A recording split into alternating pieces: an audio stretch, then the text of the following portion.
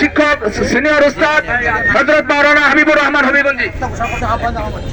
نحمده ونصلي على رسوله الكريم أما بعد فأعوذ بالله من الشيطان الرجيم بسم الله الرحمن الرحيم وقال الله تعالى في كلامه المجيد إنما المشركون نجس وقال رسول الله صلى الله عليه وسلم الجهاد ماض إلى يوم القيامة প্রিয় সংগ্রামী সাথী ও বন্ধুরা আমার, আপনারা ইতিমধ্যে দেখেছেন দুফতরা ইউনিয়ন থেকে ওলামা পরিষদের উদ্যোগে হাজার হাজার মানুষ এখানে উপস্থিত হয়েছে। কথা ঠিক কিনা বলে?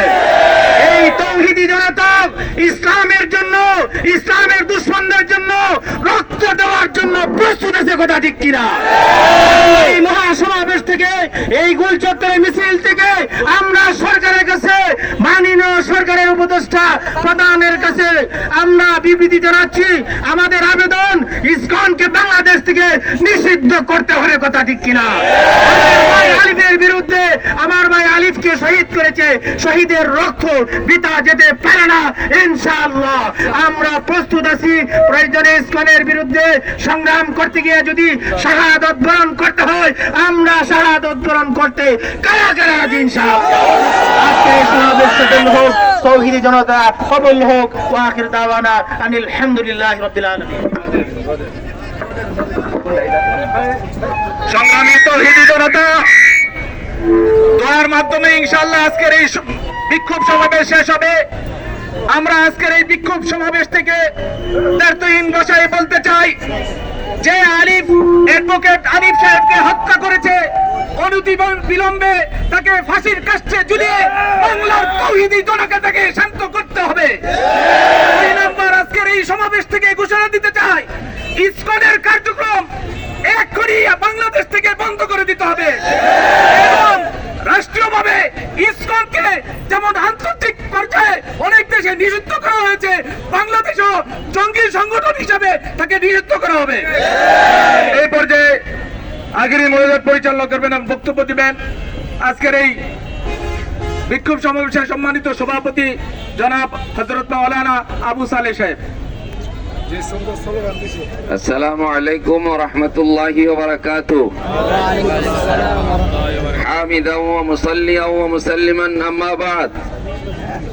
সংগ্রামী তৌহিদি জনতা, আজকে আমরা ঘাম দিয়েছি, রক্ত দেওয়ার জন্য প্রস্তুত থাকতে হবে।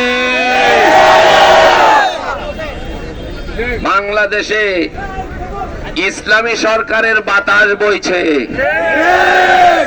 বাংলাদেশে ইসলামী সরকারের বাতাস বইছে। এজন্যই ইহুদি, খ্রিস্টান, হিন্দু, বৌদ্ধরা পাগল হয়ে গেছে, মাতাল হয়ে গেছে। তোমরা আরো মাতাল হবে, কাপড় চোপড় ছেড়ে বাংলাদেশ থেকে পালাতে হবে। যার নির্দেশনায় বাংলাদেশে এসেছিলে উনি কিন্তু নাই, তোমরাও থাকতে পারবে না।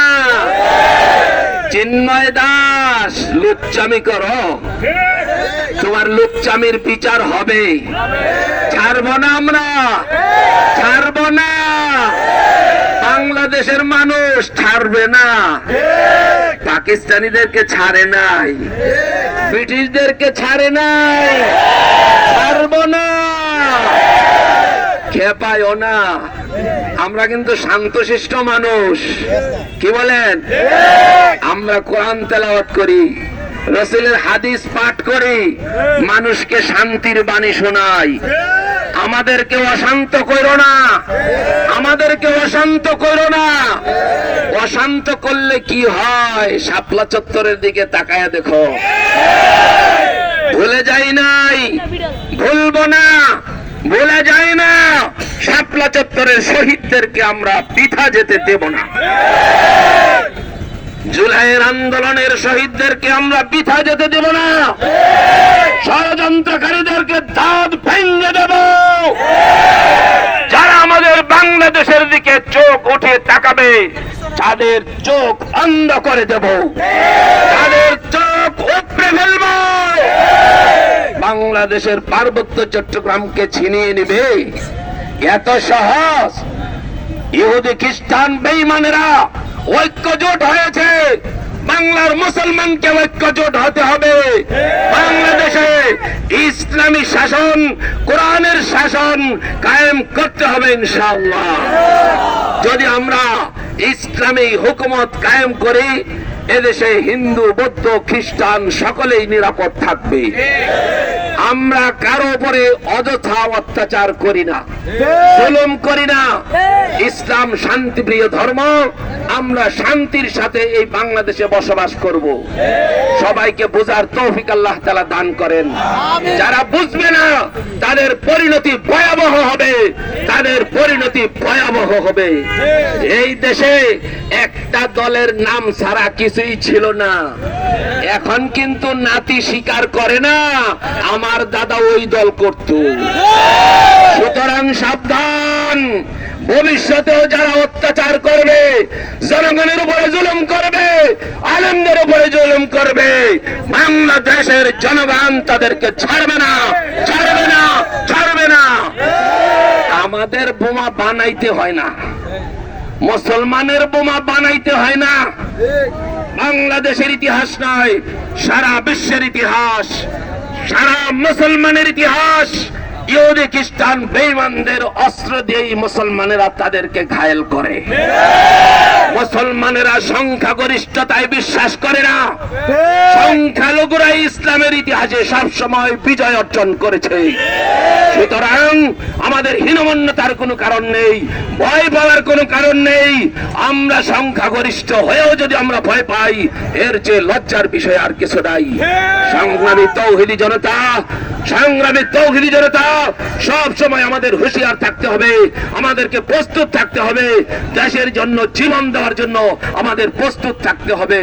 এই বাংলাদেশের ইঞ্চি মাটি কোন বেঈমান, কোন বিদেশি দালালেরা গ্রহণ করতে পারবে না, ছিনিয়ে নিতে পারবে না ইনশাআল্লাহ। আজকের এই ছোটখাটো প্রতিবাদ থেকে যদি হুঁশিয়ার না হয়, আমরা বৃহৎ আকারে আন্দোলনের ডাক দেব ইনশাআল্লাহ। সবাই প্রস্তুত থাকবেন। আল্লাহ তাআলা আমাদের সবাইকে দ্বীনের জন্য, ইসলামের জন্য, দেশের জন্য কবুল করুন। আমিন। ওয়া আখিরু দাওয়ানা আলহামদুলিল্লাহি রাব্বিল আলামিন। আজকের এই বিক্ষোভ মিছিলে যারা অংশগ্রহণ করছে